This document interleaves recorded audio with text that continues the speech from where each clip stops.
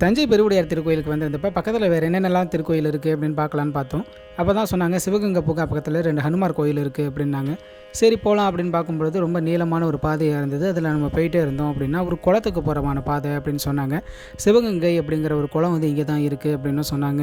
இப்போ நம்ம வந்துட்டு இருக்கக்கூடிய இந்த ஜெயவீர ஹனுமார் கோயில் பார்த்தீங்க அப்படின்னா 1000 வருடங்கள் பழமையானது அப்படின்னு சொல்லி போர்டு வச்சுருக்காங்க. அத்தி மரத்துக்கு கீழே இந்த திருக்கோயிலானது அமைஞ்சிருக்கு அப்படின்னு சொல்லியிருக்காங்க.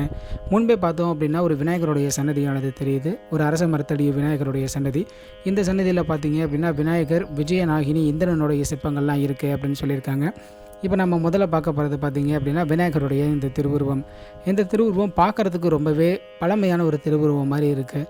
ஏன் அப்படி நான் சொல்கிறேன் அப்படின்னா, நீங்கள் ஒவ்வொரு சிலையும் வந்து கட் பண்ணி செஞ்சுருப்பாங்க இல்லையா, அந்த விதத்தை பார்த்தீங்க அப்படின்னாலே உங்களுக்கு தெரிஞ்சிடும்.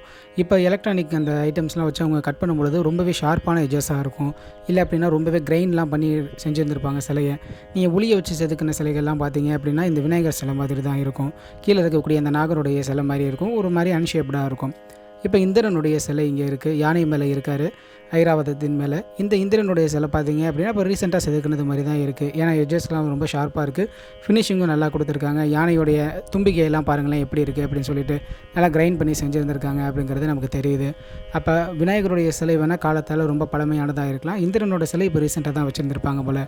நம்மளோட மக்கள் எப்போவுமே சொல்கிறது தான், அரச மரத்தினுடைய இருந்தது அப்படின்னாலே அங்கே வந்து பார்த்தீங்க அப்படின்னா கண்டிப்பாக நாகர் நாகினியோடைய சிலைகள் எல்லாமே வச்சுருவாங்க.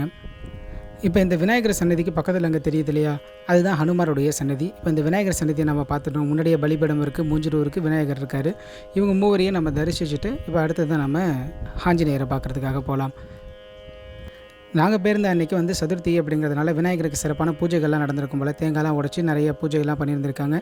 விநாயகர் ரொம்ப புதுசாக வந்து பூமாலையெல்லாம் நிறையா அணிவிச்சிருந்தாங்க அவருக்கு. அடுத்ததாக வாங்க இப்போ ஹனுமாரை போய் பார்க்கலாம். ஹனுமாருக்கு என்ன விசேஷங்கள் இருக்குது அப்படிங்கிறத பற்றியும் பார்க்கலாம். பொதுவாகவே நீங்கள் பார்த்தீங்க அப்படின்னா ஹனுமார் வந்து எப்போவுமே துளசி செடியோடு தான் இருப்பார். செந்தூரம் பூசியிருப்பாங்க. இது மாதிரியான நிறையா அவருக்கான க்ரிட்டீரியாஸ் இருக்குது. இப்போ நம்ம இங்கே பார்க்கறத பார்த்திங்கன்னா முன்னாடி வந்து ஒரு யாக குண்டம் மாதிரி வச்சுருக்காங்க. பக்கத்தில் வேப்ப மரம் இருக்குது, அத்தி மரம் இருக்குது. மேலே பார்த்தீங்கன்னா பாம்போட தோல் கூட இருக்குது. இப்போ இந்த ஹனுமாரை பொறுத்த வரைக்கும் பார்த்தீங்க அப்படின்னா மேலே வந்து ராமருடைய படமானது இருக்குது. பக்கத்தில் அழகான விளக்குகள்லாம் ஏற்றி வச்சுருக்காங்க. செந்தூரம் பூசலை, செந்தூர நிறத்தில் இருக்கக்கூடிய ஒரு வஸ்திரம் மட்டும் சாத்தியிருக்காங்க. வெத்தலை மாலை சாத்தியிருக்காங்க. அங்கங்கே பார்த்தீங்க அப்படின்னா பூஜை பொருட்களெல்லாம் அப்படியே வச்சுருக்காங்க. ஹனுமார் அவருடைய வலது கையில் நமக்கு அபயமுத்திரை காமிக்கிறது போல் இருக்குது. இடது கையில் அவர் ஏதோ ஒன்று பிடிச்சிருக்காரு. ஆனால் தூரத்துலேருந்து பார்க்கும்பொழுது நமக்கு அது என்ன அப்படிங்கிறது சரியாக தெரியல. வாளானது பார்த்தீங்க அப்படின்னா தலைக்கு மேலே வருது. கண்ணானது வெளியில் வச்சுருக்காங்க. பார்க்கவே ரொம்பவே சின்னதாக இருக்குது சிலை, ஆனால் ரொம்பவே அழகாக இருக்குது. இந்த அபிஷேகங்களின் போதெல்லாம் நம்ம பார்த்தோம் அப்படின்னா இன்னும் சிற்பத்துடைய வேலைப்பாடுகளை நம்ம தெளிவாக பார்க்கலாம். இந்த சன்னதியோடைய மேலே பார்த்தீங்க அப்படின்னா ஒரு மிகப்பெரிய பாம்போடைய தோலை வந்து ஃப்ரேம் பண்ணி மாட்டியிருக்காங்க. நான் புன்னைநல்லூர் மாரியம்மன் கோயிலுக்கு போயிருக்கும் பொழுது பார்த்துருக்கேன். அங்கேயும் பார்த்தீங்கன்னா இது மாதிரி மிகப்பெரிய ஒரு பாம்போடைய தோலை வந்து ஃப்ரேம் பண்ணி வச்சுருப்பாங்க. அந்த தோல் பார்த்தீங்க அப்படின்னா மழை வெள்ளத்தில் இருந்ததுனால அது போயிடுச்சு. இந்த தோல் நல்லா இருக்குது. பாம்பும் ரொம்ப பெருசாக இருந்திருக்கும் போல். ஹனுமருடைய சன்னதிக்கு நேர் தப்பையே பார்த்தீங்க அப்படின்னா துளசி செடியானது வச்சுருக்காங்க. துளசி யார், துளசியோடைய பின்னாடி இருக்கக்கூடிய கதை என்ன, ஜலந்தரனுக்கும் துளசிக்கும் என்ன சம்மந்தம், விஷ்ணு ஏன் துளசிலாம் ரொம்ப பிடிச்சிருக்கு அப்படின்னு சொல்லி பல விஷயங்களை நாம் தொடர்ச்சியாக ஷார்ட்ஸ் வீடியோஸ்லாம் பார்த்துட்டு வந்துட்டுருக்கோம். அதையும் நீங்கள் தவறாமல் பாருங்கள். நம்ம பிரகாரம் போகிற வழி பார்த்தீங்க அப்படின்னா எம்சான்லாம் போட்டு ரொம்பவே பக்குவப்படுத்தி வச்சுருக்காங்க. ஏன்னா இந்த இடத்துலலாம் பூச்சிப்பொட்டுகள் நிறையா வரும் அப்படின்னு சொல்லி சொன்னாங்க. மேலே பார்த்து அந்த பாம்பை பார்த்தாலே நமக்கு தெரிஞ்சிருக்கும் இங்கே பாம்போட நடமாட்டமும் இருக்குது அப்படிங்கிறப்ப.